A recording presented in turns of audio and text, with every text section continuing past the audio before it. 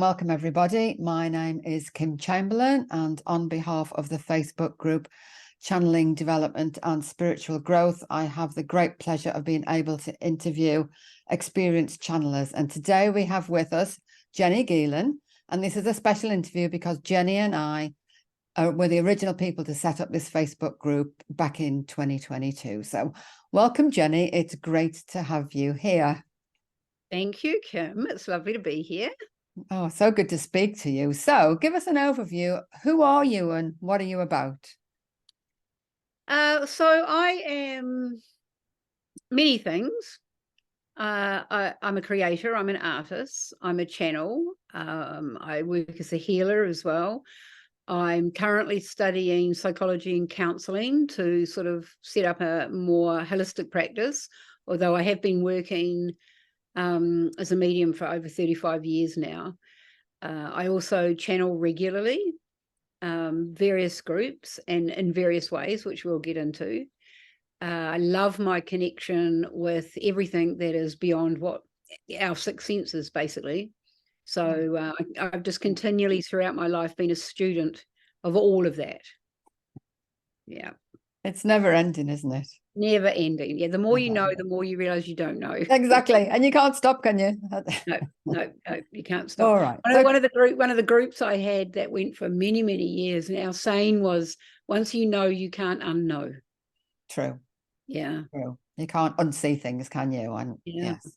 So tell us about your channeling. What kind of channeling do you do?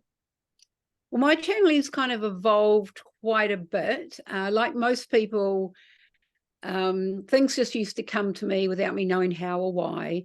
And I worked for quite a while through the spiritualist churches, and I kind of would get a message, and I felt the responsibility of passing it on correctly, me being the mouthpiece of spirit. Nowadays, I just let the message come straight through.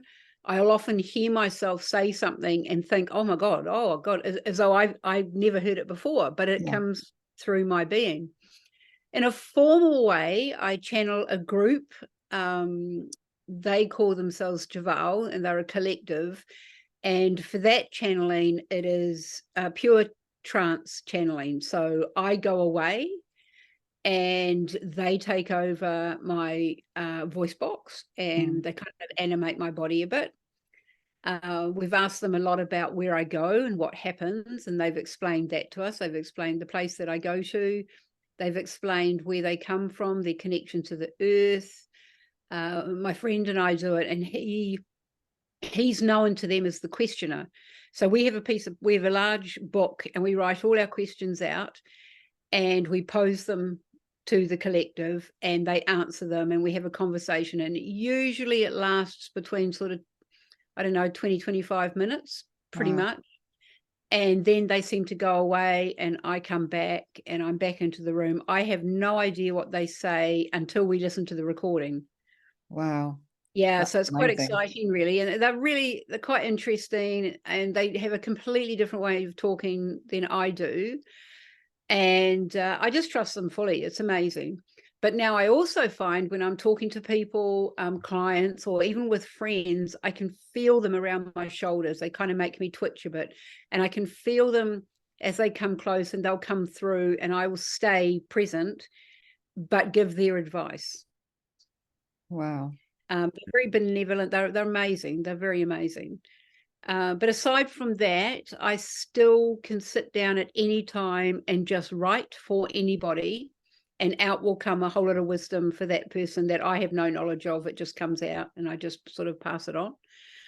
So I guess somewhere along the line, I surrendered enough to just allow myself to be kind of operated in this way, in union with the other side, whatever is behind the veil.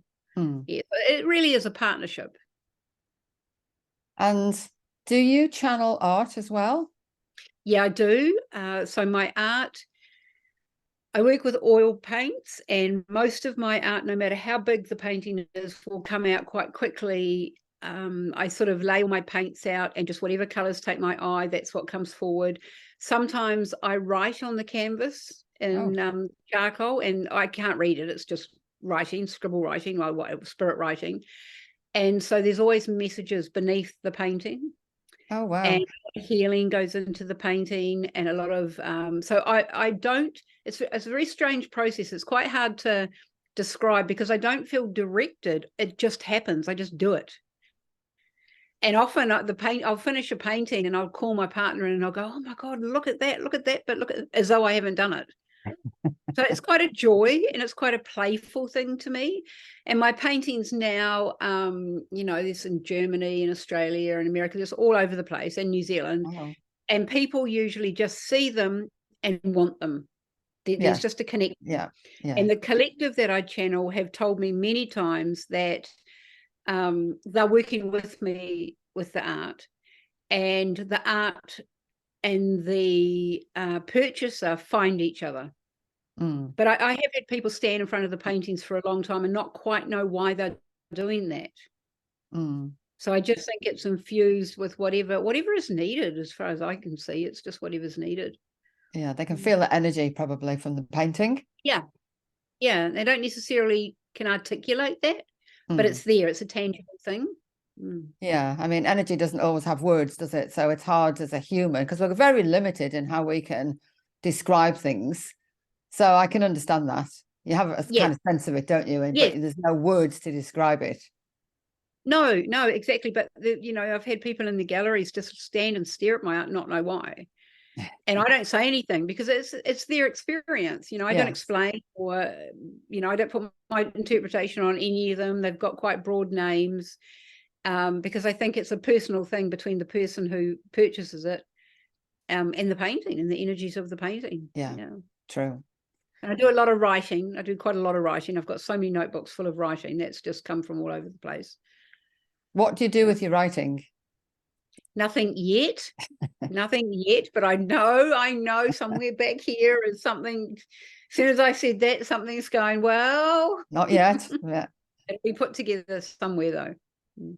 Okay. So for somebody who's starting out or near the beginning of their channeling journey, do you have any advice for them?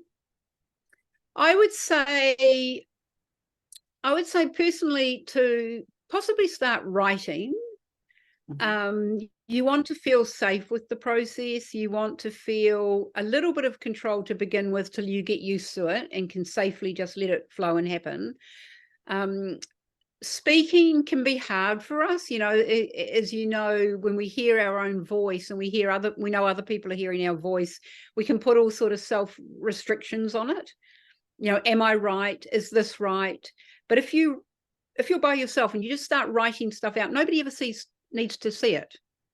But you'll build more and more confidence with what comes out, and you'll build, you know, and I've said this before in our group, if you have a piece of paper and you just write, okay, what do you want to say? I can see my pen moving across the paper, and just keep going. And it's like that stream of confidence, but eventually things will start to come out and you'll think, oh my goodness, when you reread it, you may not remember writing it, or it may be coming out and you're thinking, oh, that's good, you know, and away you go. But it's a nice, safe way to practice that letting go.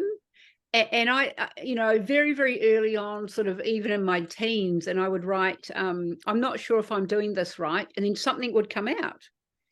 And then I would take over again and go, God, and I would write the thought. I'd write, gosh, that's really good. I wonder if that will happen again. And then it would happen again. So it would be like a call and response. It would be a conversation. And I've still got some of that writing. Somewhere. Probably in the beginning, was it a case that partly it was you and partly it was channeling, and then eventually it switched over? I think I knew quite early distinctively when it was me and when it was them. So it didn't blur. It didn't blur. I knew what was my thought and what was not my thought. But I could only let, you know, the messages come through for a short while, and then my thoughts would take over again. Right. So I would just write them down, and then another message would come through, and it was quite short. And now I could be anywhere. I could be sitting in the bush. I could be in a cafe, I could be anywhere, and I'll just get out my little notebook and I'll just think, do you want to say anything? And out will come something, and it might be a paragraph, it might be 3 pages. I had a beautiful friend down here who he played the piano beautifully. He used to busk. He had a piano on wheels, and he'd sit in the middle of Queenstown and he'd just play his piano. And it was all his own original music, beautiful music. And I went to what he had a little mini concert, and I took my notebook along. And as he played, 8 pages of poetry came out. Wow. And I just let it go. And I just wrote and wrote and wrote and wrote and wrote. And I had some people around me going, oh, why is she writing? But I sent them to him afterwards, and he was quite moved with what they said. But I was listening to the music, enjoying it, and the writing was something else that was happening at the same time that I just didn't interfere with. Wow, that's amazing. Yeah. And it's not as though you have to just trust and just let go and surrender. It's a partnership. It's a partnership. So we're working in I always think, I'm working in union and communion. Yeah. With whatever else is out there that, is, well, I know who it is. I always know who it is, who I'm tapping into. So start by writing. Yeah, that's good advice, because like you say, it's not something that you ever have to share with anyone.